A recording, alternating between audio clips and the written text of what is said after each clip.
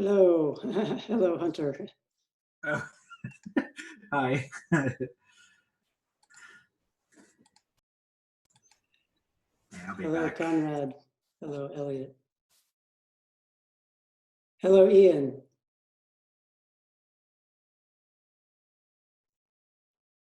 Hey. Hey. Good to see you. Good to see you. So I'm going to make you the co-host so you can share your screen cool. and all that kind of stuff. Nice. That's how it works. Okay. Yeah, otherwise it's not going to work. Hello, Michael. So maybe you want to try it. It's just sharing your screen. There's a button. Yeah.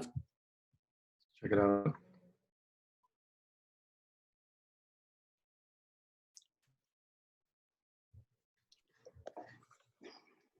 Good? Yeah, looks good to me. Yeah. Cool.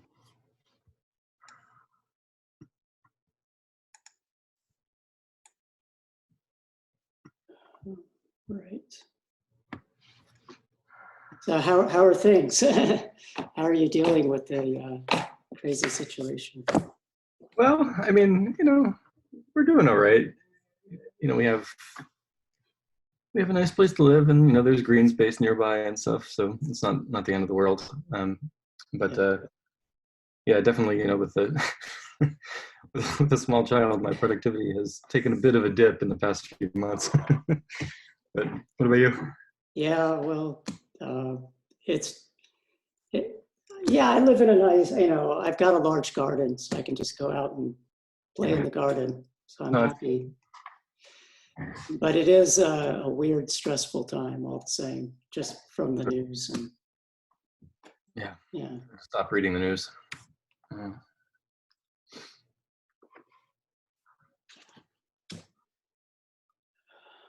Okay, so let's see.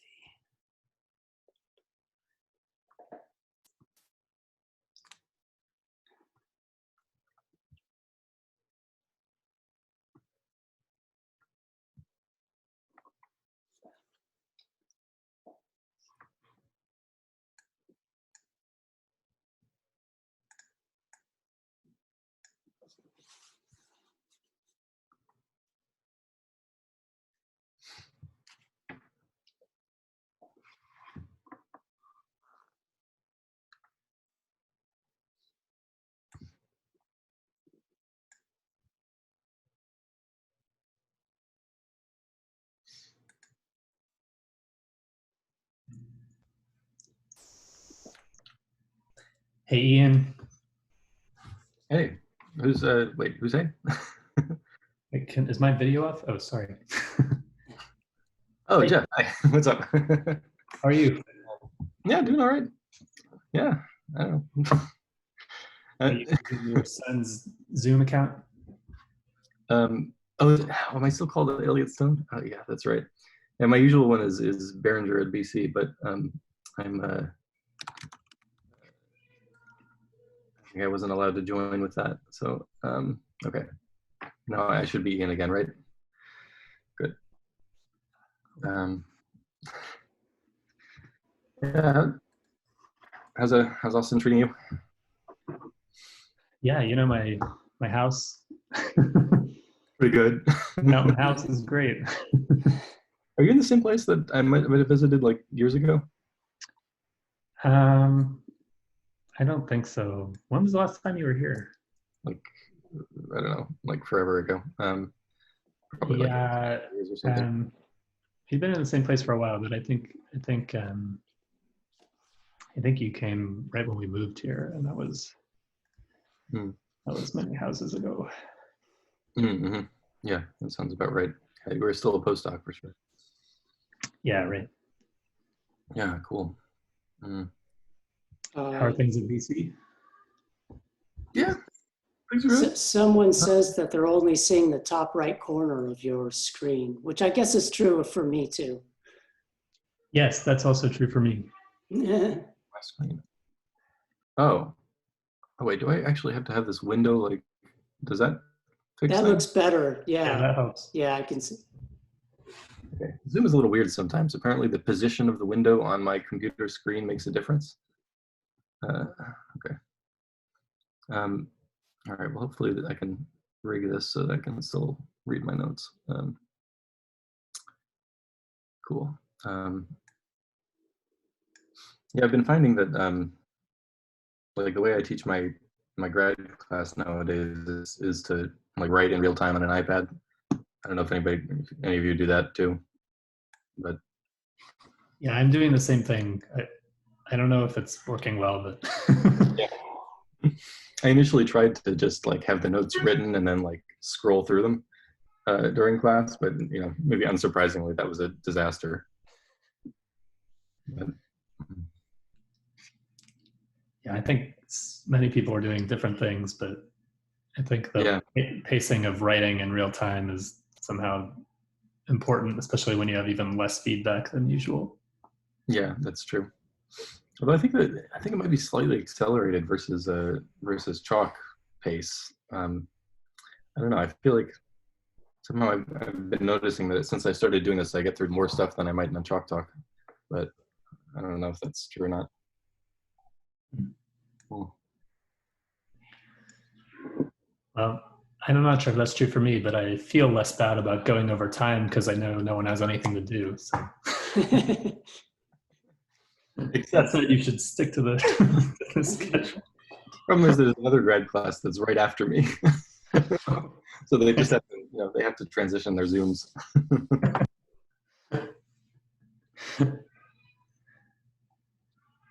So are we ready to get started? Do you think it's a good time? Sounds great to me. Okay. So we're happy to have Ian Biringer all the way from Boston College giving a talk about, I think, convergence of L2 Betti numbers. But was that close? Yeah, I mean, convergence of, let's just say, Betti numbers over volume. Okay. Yeah. Awesome. Well, thanks. Yeah, thanks so much for the invitation. You know. Thank you. It's yeah. Yeah, this is my first actual like seminar talk over Zoom, so it'll be fun. So obviously, you know, like interrupt me all the time if you want, because the one thing that I've noticed, you know, teaching a class is that especially if everybody has their themselves on mute, you know, and then you just talk for the entire time, it's so lonely and boring. So okay, so right, so I guess I'm going to talk about you know, joint work with and you know, let me know if my writing isn't coming up. You know, joint work with so Nikolov Abert, so Nikolov Bergeron, and Samet-Gelander. So this is sort of, you know, quasi-recent work that's building off of some older work that we did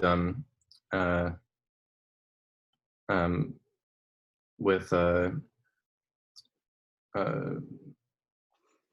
Nikolov. Maybe I'll just write them here as well, so I don't have to write them later. Raimbault and Samet. So there's this earlier paper from, I guess it first was put on the archive in 2012, and then the stuff that I'm going to be talking about is maybe from early 2019, and it sort of finishes a program. Well, finishes one part of a program that we started in the earlier paper. So so here's the setup. So let's let you know, X be an irreducible symmetric space.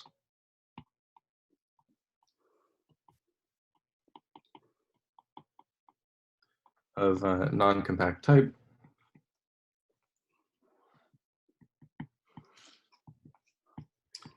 And all right, if you're unfamiliar with these, your only examples for this talk can be hyperbolic n space, or you could also have it be x equals you could take SLNR, and then you could mod out by a maximal compact subgroup SON.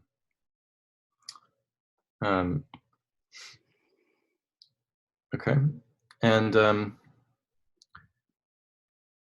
right, and we usually so I'm going to be talking about this from a Riemannian perspective. So whenever we have such a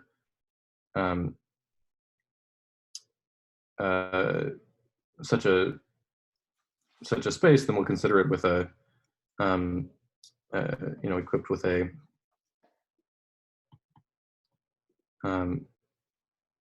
a suitable Riemannian metric.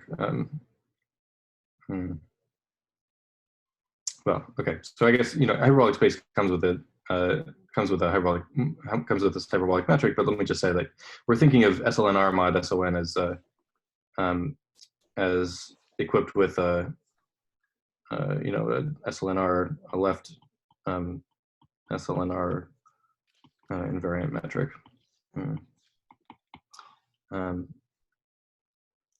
Okay, so sorry, this is a little. I meant there's sort of parentheses here. Okay. So, all right. So then, an X manifold is then a quotient M equals like X mod gamma, where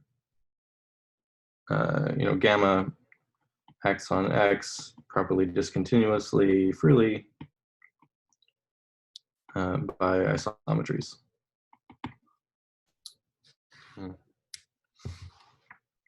Okay, so maybe your standard example is that obviously, so HN manifolds are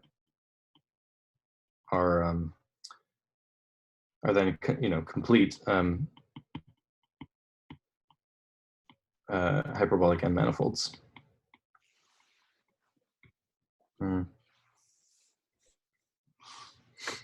So, any questions on this, on the setup? All right. So I think the theorem that starts that motivates all of this program is the following. So it's a theorem of Gromov, and it says that if M is a finite volume, say X manifold, then if you look at the Betti numbers of M, so I could take BK of M. This is just the the dimension of the kth homology of M with real coefficients. Then that's at most some constant just depending on X times the volume of M, and for all K. Okay, so all the Betti numbers of one of these geometric manifolds, these X manifolds, can be bounded above just by a constant depending on the symmetric space and the volume of the manifold.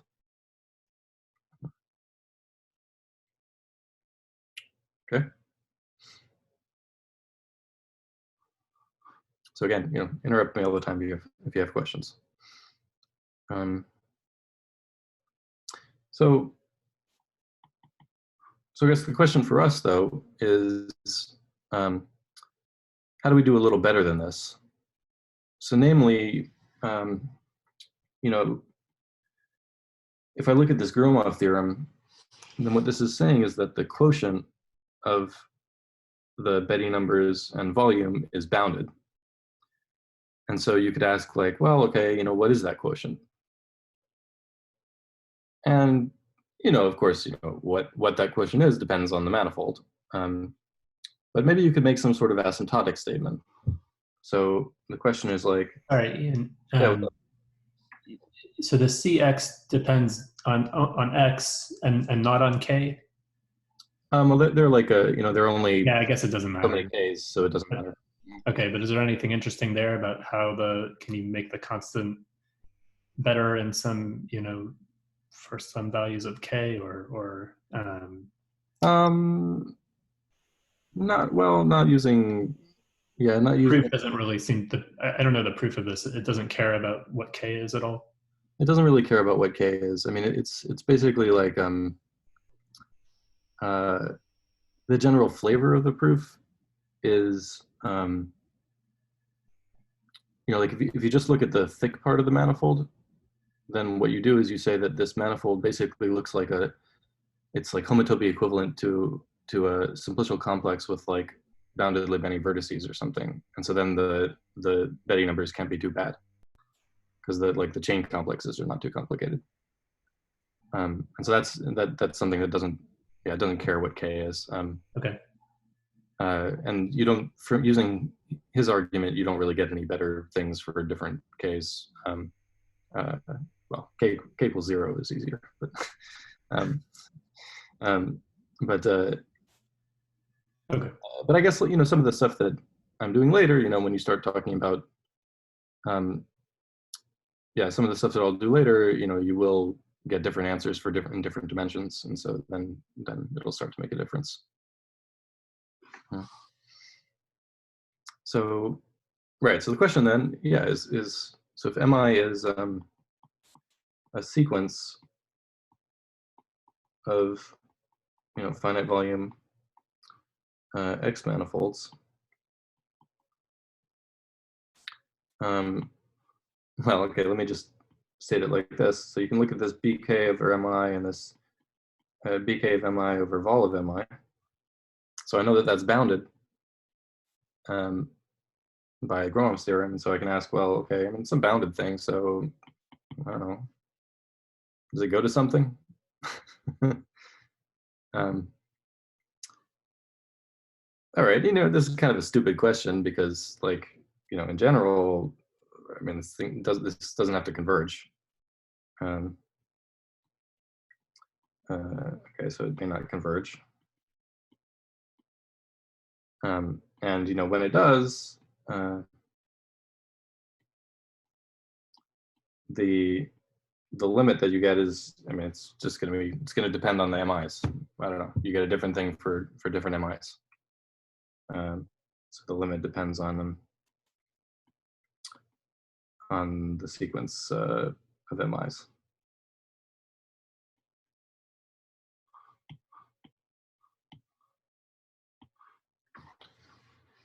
Okay. So not so much content yet. But this brings us to a main theorem. So first, so I just need to talk about the rank of the symmetric space. So so the rank of X. So we'll usually just write rank X. So this is the maximal dimension of a totally geodesic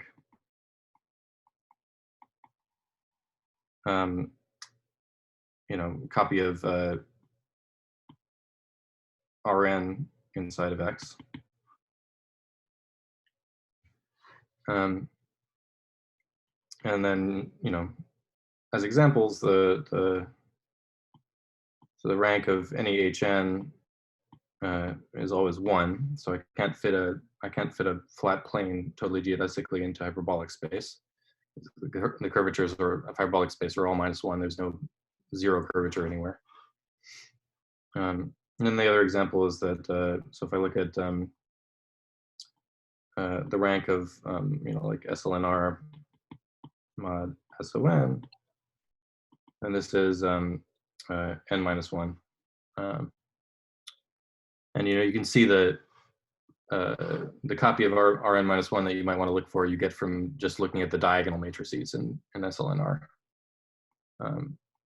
So in a maximal, flat, which is one of these Rns, comes from the diagonals Okay, so if I look at the diagonal matrices in SLNR, then I get a copy of like R to the n-1 essentially, or maybe 2 copies of that, yeah, so that gives me this maximal flat. Okay, so that's the rank. And so then the main theorem that I'm going to talk about today is so this is with these guys that I talked about at the beginning. So if the rank of X is at least 2, and MI is any sequence of distinct finite volume X manifolds, then so if I look at these BK of MIs over volume of MIs, then they converge to something called the kth L2 Betti number of X.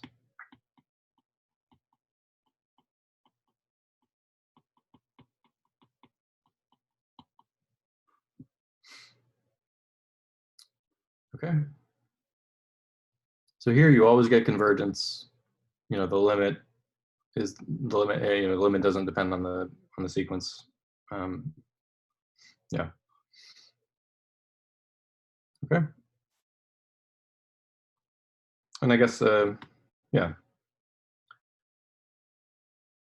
So maybe just to interpret this, you know, I'm phrasing this with a you know, with a sequence because it makes it easier to state it precisely. But you know, what this really means is that that if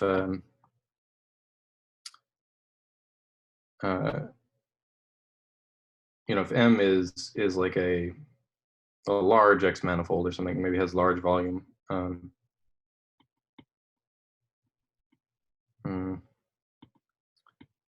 then if you want to know what the kth Betti number of M is, well, it's going to be, you can approximate it by you know, it's approximately like, you know, this constant times the volume.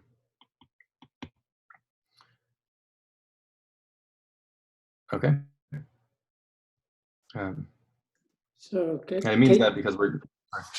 Can you say anything about the rate of convergence? Not in this this paper.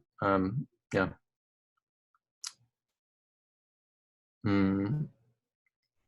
Yeah, I'm not sure that there's. I mean, I don't think there's any real work showing anything about rates of convergence outside of the arithmetic setting. You know, outside of, well, using this kind of technology. Yeah,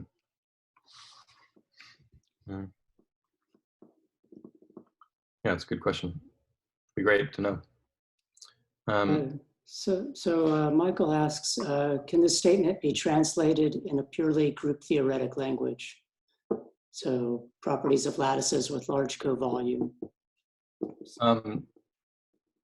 Well, yeah. I mean, you know, you can talk about the. I mean, I can talk about the Betti numbers of the lattice, right?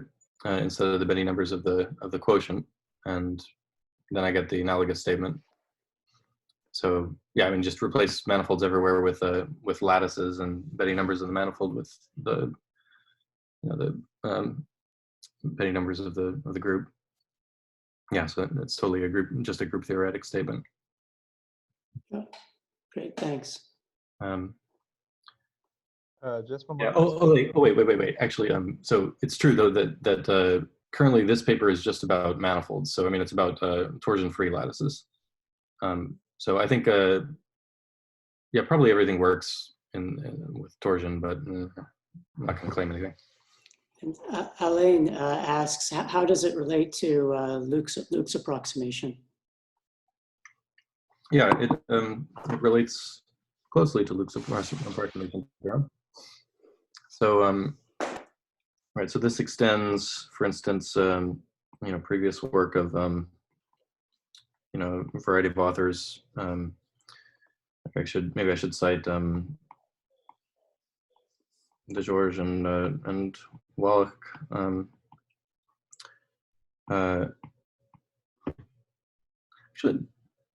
So, who knows how to pronounce their names? Is it actually De George and Wallach, or does anybody know? Okay. Well, I don't know. So, Donnelly. Yeah, that's correct. That's correct? Okay, great.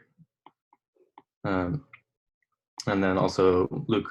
And the Luke here is the Luke approximation theorem. And the difference here is that what they do is they're just looking at towers of covers of a single manifold.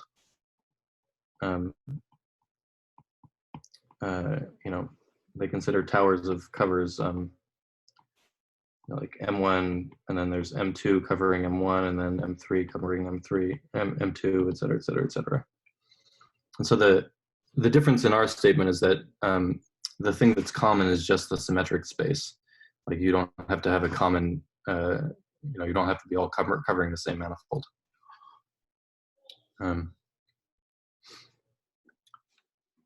So yeah, and also I should mention that this also extends our previous work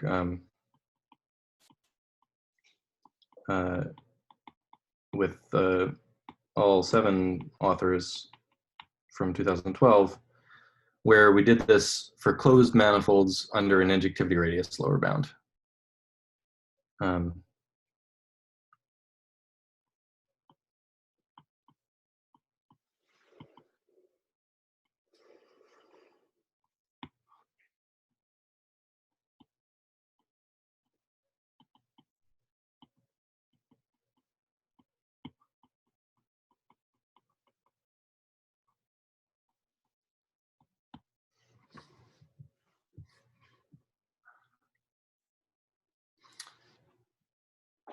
Okay, does that make sense? Yeah, does to me. Okay, so right, so I'm going to talk sort of about what's involved in the proof for the rest of the time. And so the basic idea, and also I'm going to illustrate at some point that this theorem that I've mentioned is really a corollary of the main theorem in our paper, which is a little more general. So the idea is to show that in the situation above,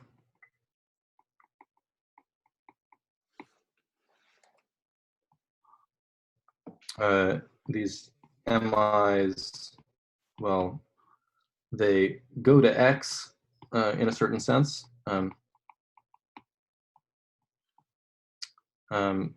Well, okay, so really this is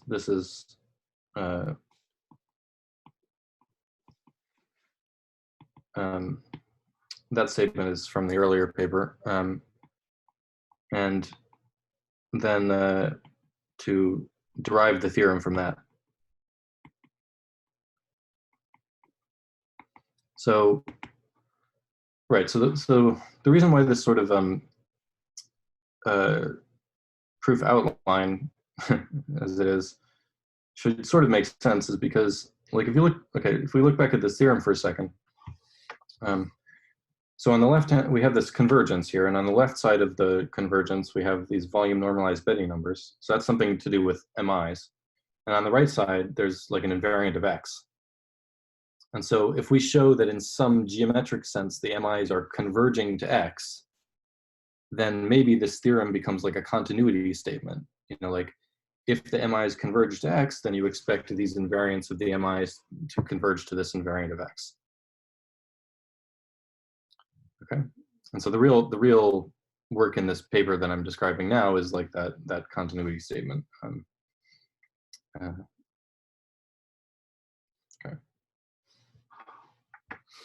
All right. So, right. So let me describe. I'm sort of imagining that most of you actually are not familiar with the notion of convergence that I'm going to talk about, although probably some of you are. So, if you know it, I'm sorry. If you don't, then behold. Sorry, ask maybe a silly question. Yeah, what's up? Why does this fail in rank 1? It fails in rank 1 because because it's not true that the MIs have to converge to X in the sense that I'm going to describe. Okay. So you have like a huge, I mean, you can make sequences of hyperbolic manifolds that look very different from each other in the limit. Some of them you can make to sort of converge to X in the way I'm describing, and then some, some can look very different. Yeah, it's like the difference. Like if you know some hyperbolic geometry, then like, if you imagine a 3 manifold that fibers over a circle, then I can make a sequence of manifolds by like taking cyclic covers of that thing, and that looks really different geometrically than than some sequence of manifolds where like the injectivity radius is blowing up to infinity. Okay. Yeah, so the differences between those two kinds of sequences can mean that you can get different ratios of Betti number over volume. Okay, thanks. So Michael asks, do you include irreducible lattices in products of rank 1 groups? We don't in the paper, but I think that's probably just because we're lazy, or we haven't gotten around to it yet. I think whatever the you should be able to say the same sort of thing in that situation too, but we didn't address that in this paper. I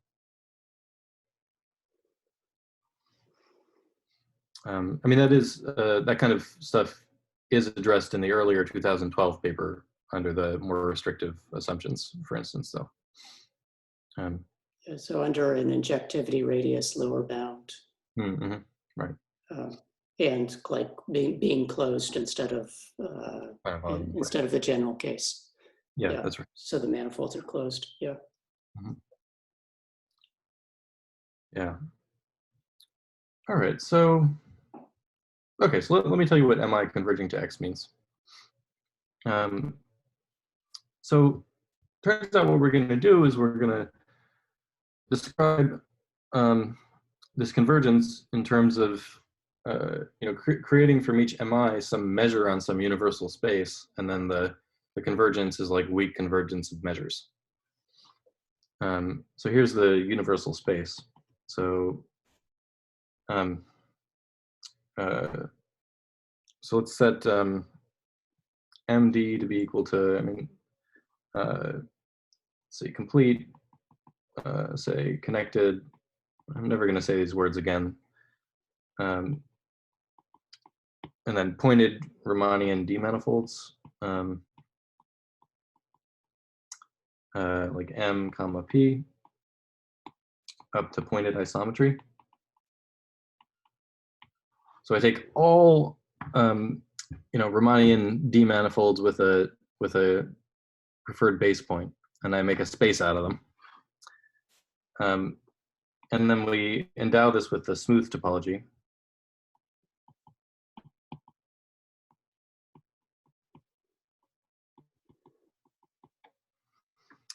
And well, okay. I mean, I guess I can write down what that means because it's quick. So here, like MI comma PI converges to M comma P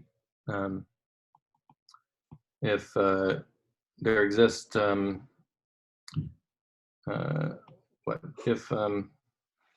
me say it like this. So if for all R, there exists like for large I, embeddings phi from the ball in M around P a radius r into mi, where phi of p goes to pi, and where if I take the Riemannian metrics on the mi's, then I pull them back to M, then those converge in the C infinity topology to like the Riemannian metric of M.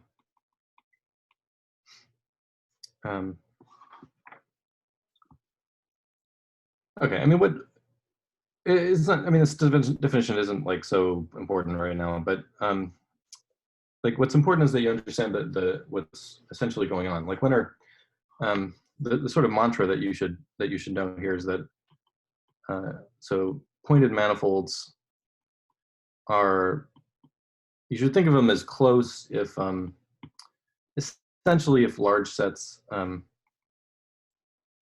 around the base points are almost isometric.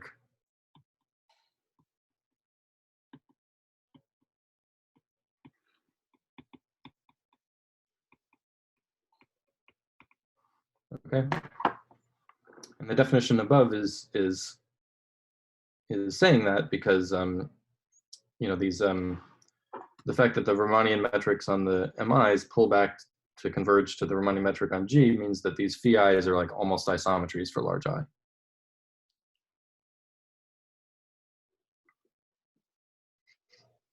Okay, but really you'll be fine in the following if you just know the mantra and you don't remember the precise definition. I just always like to see precise definitions when I hear talks, so there it is. Okay, so then what do we do with this space? So the point is that if M is like a fixed unpointed D manifold, so I just have a fixed manifold without a preferred base point, then there's a natural map, which I'll call I, from M to MD,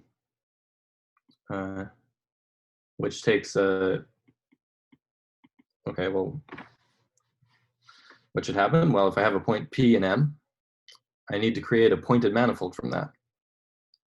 And so there's sort of only one natural thing to do, right? You just take I of P to be M pointed at that base point P, and then the equivalence class of that, because we're doing equivalent up to pointed isometry.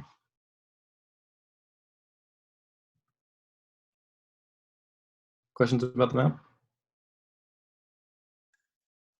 Okay. So far, so good. Okay. So yeah. So then the remark is that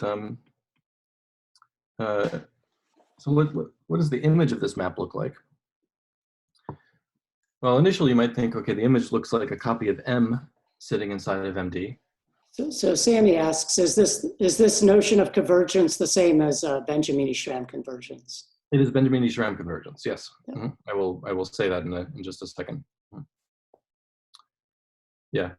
So yeah, I mean it's Benjamini-Schramm convergence in this geometric setting.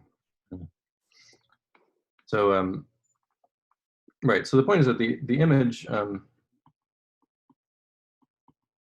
of I is then, so this is, the image of I is not homeomorphic to M, it's actually homeomorphic to like M mod the isometry group of M. Okay, because if you take two base points that differ by an isometry of M, then they give you the same pointed manifold. Okay. So in particular, if M equals X or something is a symmetric space, which has a like transitive isometry group,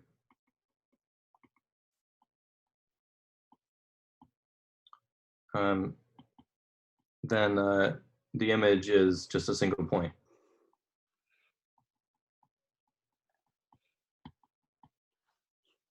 which we can just sort of call X inside of MD. Okay, so if you have anything with transitive isometry group, then you just get a single point inside of this space. Okay, maybe that's the only remark I want to say right now. Okay, so yeah, so then here's the definition of, as you say, of Benjamini-Schramm convergence is, so if well, what we do is if you have M and it's a finite volume D manifold, then let's let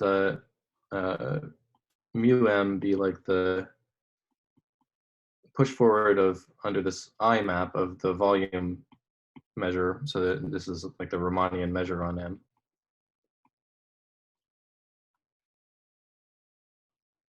Okay. And then we say that Mi, so Benjamini-Schramm,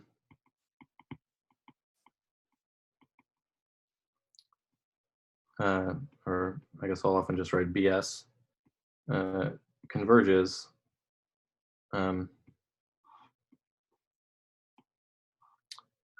if if these mu mi's, when you scale them down to be probability measures by dividing by the volume of mi, then this converges to some mu, for some probability measure mu on MD. Okay, and then the convergence here is in the weak topology. So this is weak convergence of measures. Okay. So yeah, I mean, many of you probably have heard of Benjamini-Schramm convergence, but probably some of you have not. And so maybe I should say, it's named after their work in graph theory.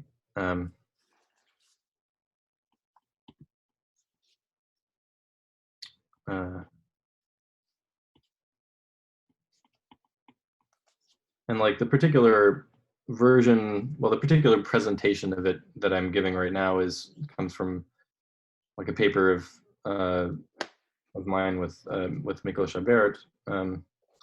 So this sort of comes from this paper with myself and Miklos, but you can see for other geometric treatments of this, you can see also there's our earlier paper, and then there's a paper of Lewis's from recently. When was your paper? Oh, I don't remember. Oh, sorry. I guess am I on mute? No. Yeah. Sure. Anyway, I don't remember. Okay. It was in 13, or maybe it was in 12. I don't know. So, question. So around the same time, Lewis also had a treatment of this in the context of metric measure spaces, and then yeah, well, okay. Let me just stop with them for now. For instance, right. So, right. So maybe just the one thing to note is just that when I say weak convergence here, that makes the topology on this MD matter, right? So just well, I always forget what kind of seminar I should say these things in and what kind I shouldn't. But so you remember a sequence of measures. Mu I goes to mu like weakly. If the integrals against continuous functions converge.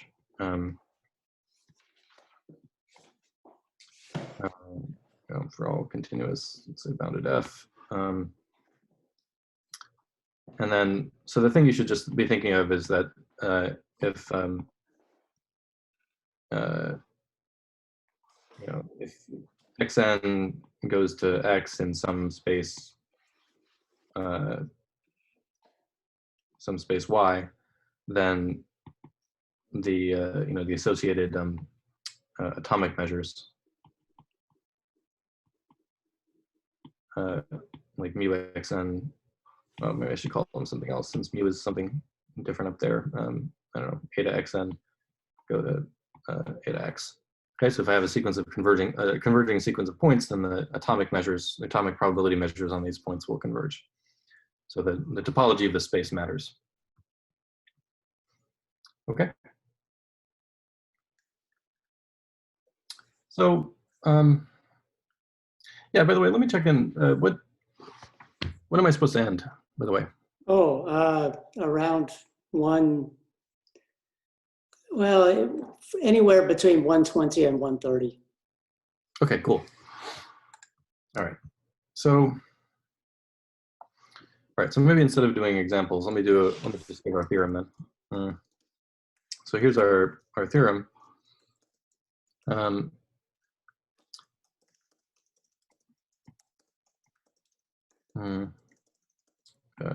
don't know, like early 2019. So the theorem is let X be a an irreducible symmetric space of non-compact type. And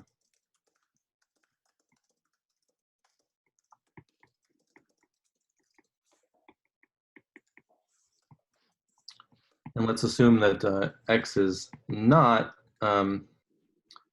a metric scale of H3. Okay, so I essentially mean like X cannot be H3 or like H3 with like the metric scaled by 2 or something. Okay, so it's not a, yeah. And then let's also let MI be like a BS convergent sequence of finite volume X manifolds.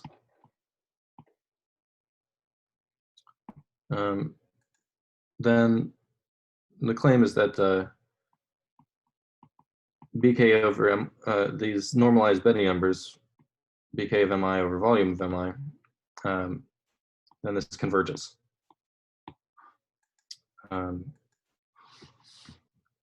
Okay, so what I'm saying is that when the MI's Benjamini-Schramm converge in the way that I've described above, then these volume normalized Betti numbers converge.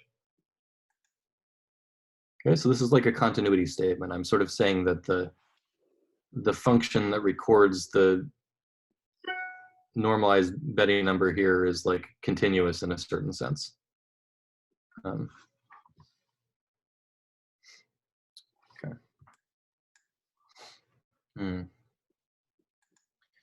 And maybe if you want sort of a general interpretation, what this says is that in some sense, this says that you can guess this ratio BK of M over volume of M, up to some error, if you sample the geometry of M in large balls around randomly chosen points.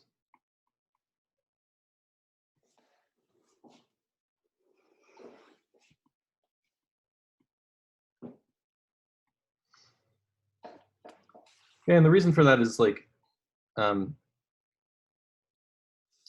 doing this sampling.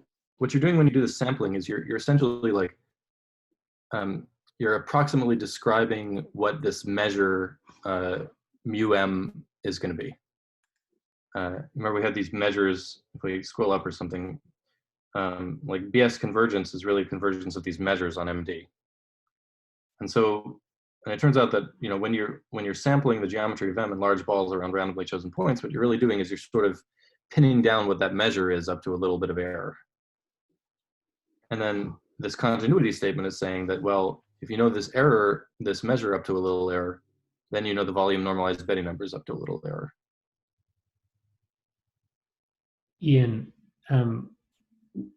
so in the context of your theorem, does the limit have the form of some I of m? The limit converges to a measure a priori. Is it the measure associated to some other x manifold? not usually. I mean, it'll be really what it's going to be is like,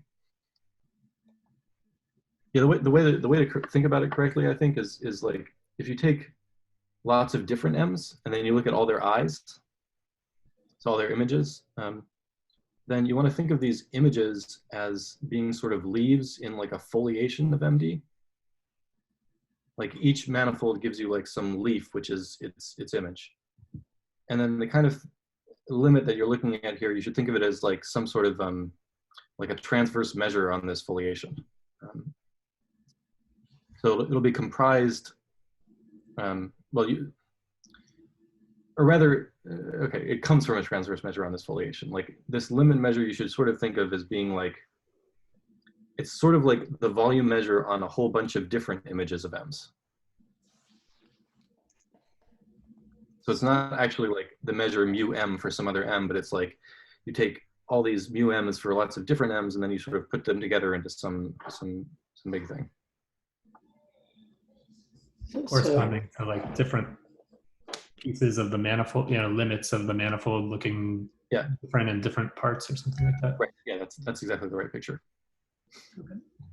So Ian, Ben asks whether the limit of these normalized Betti numbers is like an L2 Betti number of the limit. Yeah, right. Object. I mean, I guess the answer to that is that is that in some sense you should view this.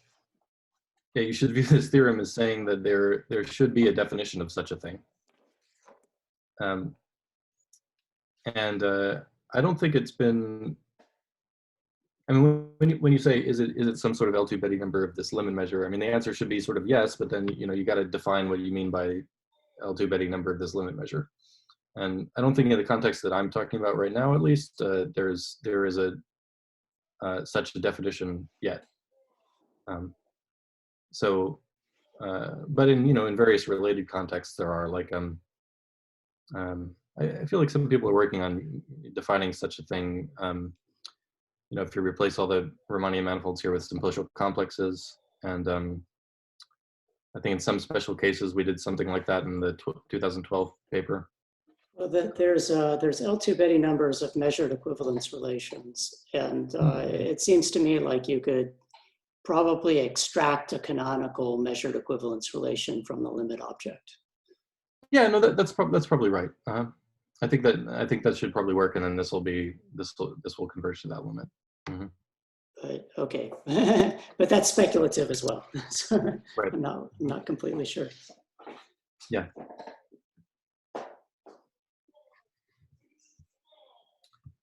Okay, so all right. So why don't I just sort of I mean, I won't do this in detail, but then maybe just a quick remark is that you might wonder, like, what's up with H3 here? So the theorem like excludes everything but hyperbolic three manifolds. I mean, it excludes hyperbolic three manifolds, which has been sort of satisfying for me because for most of my life I was working on hyperbolic three manifolds. So this is like about everything except hyperbolic three manifolds. But so the sort of problem in 3 dimensions is Dane filling.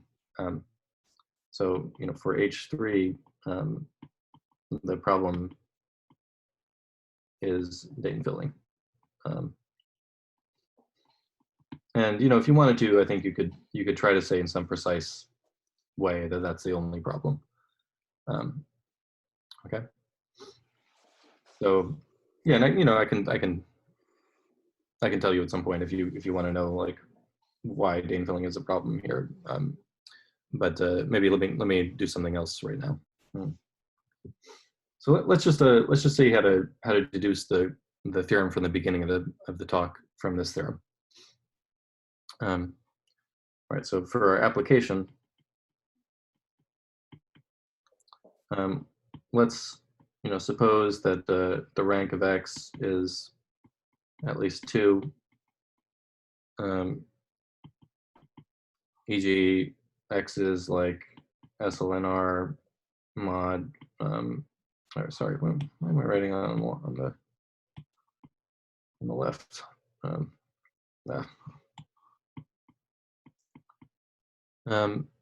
So for n at least 3,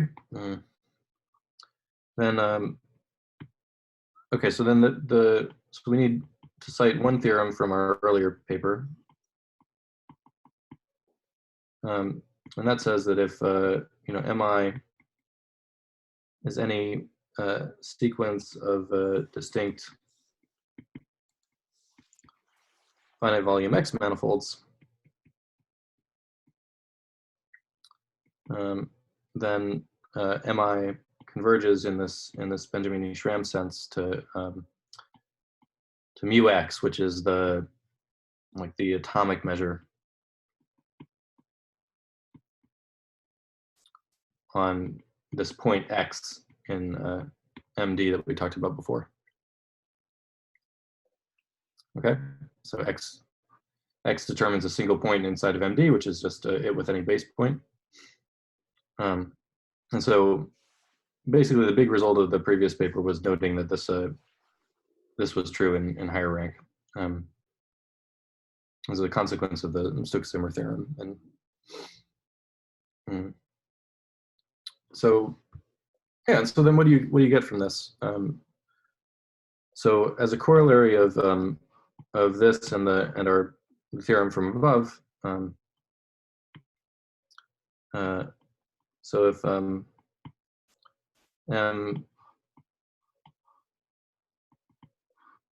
mi is any sequence of distinct finite volume X manifolds,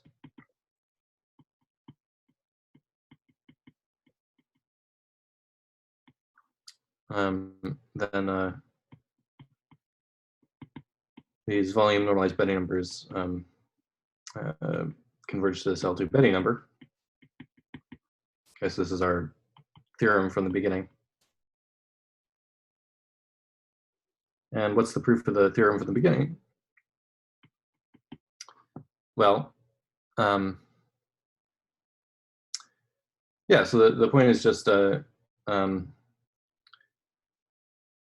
if I have my MIs, then I know that they BS converge to mu X, right? And so that means that BK of MI over volume MI converges. Great. Right, so we're basically done, right? And the only thing to say is like, okay, why does it converge to this L2 Betti number, whatever that is? Well, and then we can just be cheap and say, well, there are some sequences where we know that the limit is the L2 Betti number. And so we can just interleave like our arbitrary sequence with some such sequence.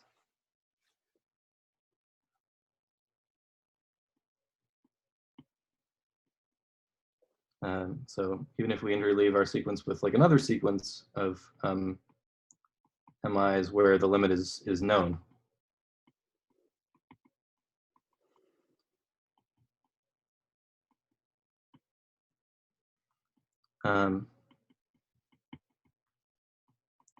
E.g. by by those other authors that I talked about earlier. Okay. So for every X there, you do a covering, a particular type of covering tower, and you get a sequence of MIs where you know that the limit is this L2 Betti number, and then our result says that, well, if you get it for that one, then you get it for everyone.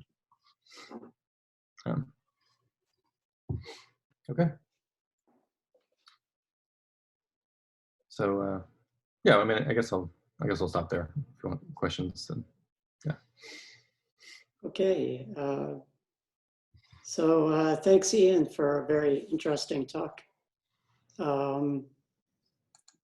So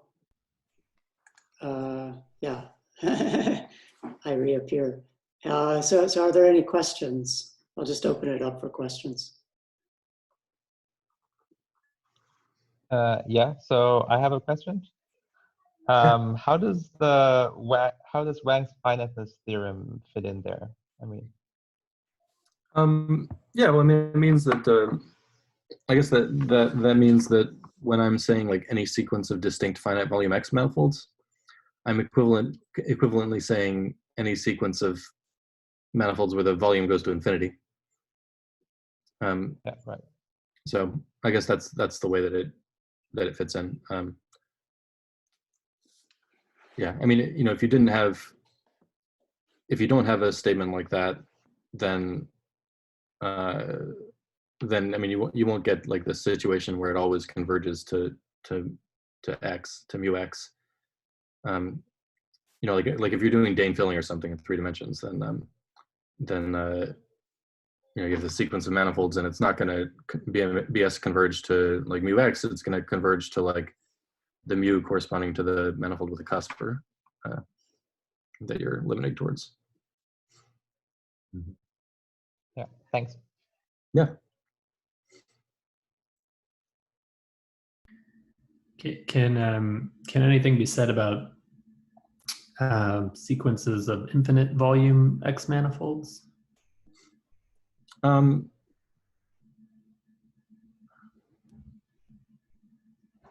mean, I mean, I can't say anything right now, but I mean, I guess maybe you would want to. What would you want to say? Well, if you could define the L2 Betti number for such things. Yeah, I mean, you don't want to say right. You don't necessarily want to look at an infinite. I mean, the correct generalization would not be like look at a single infinite volume manifold, but to look at you know, these certain types of measures, you know, unimodular measures or whatever, and then you'd want to define, yeah, as Lewis is saying, these L2 Betti numbers for those, and then you want to make a general continuity statement for what happens when these measures change. Yeah.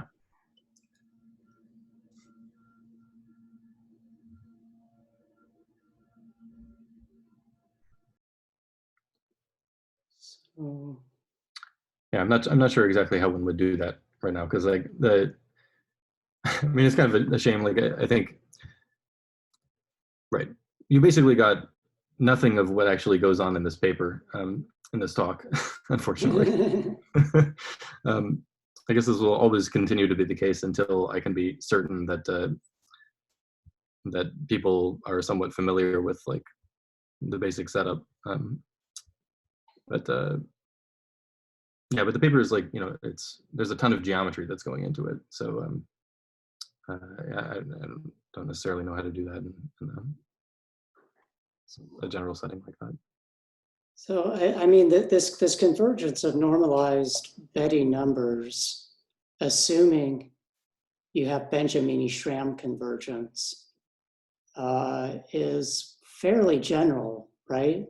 I mean, you don't necessarily need the objects to even be manifolds. There's there's theorems for simplicial complexes, for example. Mm-hmm. Yeah, maybe I should say, like, for those of you that know these words, like the whole problem in this paper is dealing with the thin parts of these manifolds. Okay, so the point is like what Lewis is saying, you know, and as he has you know, he's treated in some of his work, you know, if you, right, I mean, there are these general theorems for simplicial complexes. So if you could model your manifolds by simplicial complexes, say, then maybe you could prove similar theorems for these manifolds. And so in some sense, the whole point of this paper that I've been talking about is the fact that, well, these manifolds, they don't have a lower injectivity radius bound, so they're these thin parts. And these thin parts are hard to model with simplicial complexes. And so the whole point is somehow like dealing with the thin parts in a different way using geometric techniques that allows you to sort of control how they influence the Betti numbers of the whole manifold.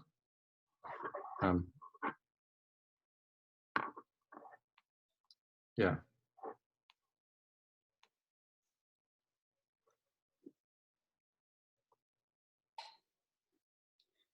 Yeah, and so that's also kind of what goes into the higher rank assumption is that, well, maybe not. I guess the higher rank assumption has to do with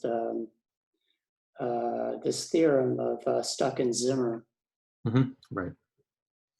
But yeah, but in the theorem, sorry, where is it? You know, this theorem of Stuck and Zimmer doesn't apply to irreducible lattices and products of rank 1 groups, by the way. Mm-hmm. So going back to Michael de la Salle's question.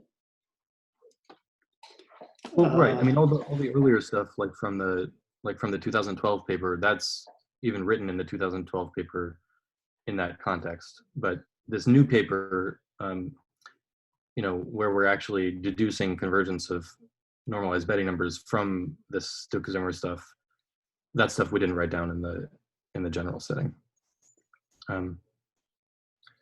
Yeah.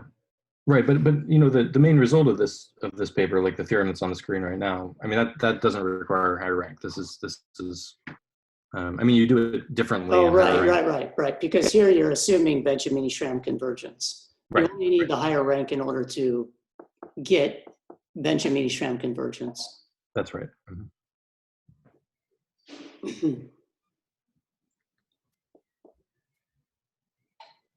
Mm-hmm. Yeah.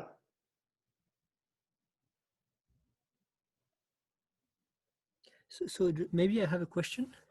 It's Michael de la Salle from France. Mm-hmm. So you said that in the proof of this theorem you have a lot of geometry. So it's not just measure theory. It's not saying that the thin part has small measure in a quantitative way.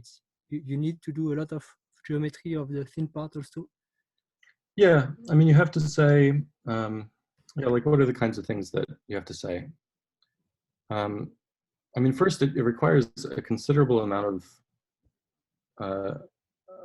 well, there's a lot of work that goes into saying that you can approximate the thick part well by simplicial complex, first of all. Okay. Mostly because the boundary of the thick part can be difficult to control. So that requires that we use a whole bunch of stuff from like Tzachik's thesis. So there's that part of it. Then there's the part of, you need to say that the thin parts don't contribute much to the Betti numbers. And so like, for instance, in the hyperbolic setting, that requires us to prove statements like, unless you're in dimension 3, any thin part with an extremely short core curve has huge volume.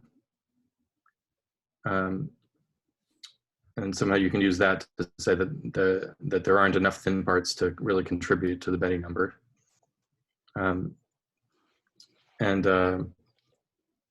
Yeah, and then you also have to say in the higher rank case, I mean, you have to somehow control the Betti numbers of the thin parts.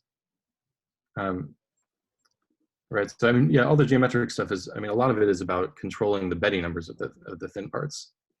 And so that requires us to sort of take some stuff from the original Gromov paper that I cited, and then you know, tweak it to work on our setting. Okay, thanks. Mm-hmm. Yeah.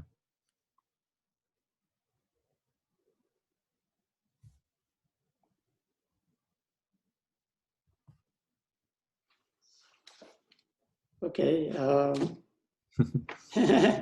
Well, let's thank Ian again. Yay. Thanks for coming, everyone. That was a lot of fun. Yeah. Yeah. Thanks for a very interesting talk. Yeah, my pleasure. I hope everyone, you know, stays safe and sound in these bizarre times. I mean, we could still ask, you know, we could still have questions if anybody has one. Okay, if not, so the video will eventually go on YouTube, and we will have a talk next week. We're going to have Francisco Arana Herrera. So I'm not entirely sure what he's going to talk about. I don't have the abstract yet, but we'll send it out. Okay. All right, well, So, good, everybody. see you.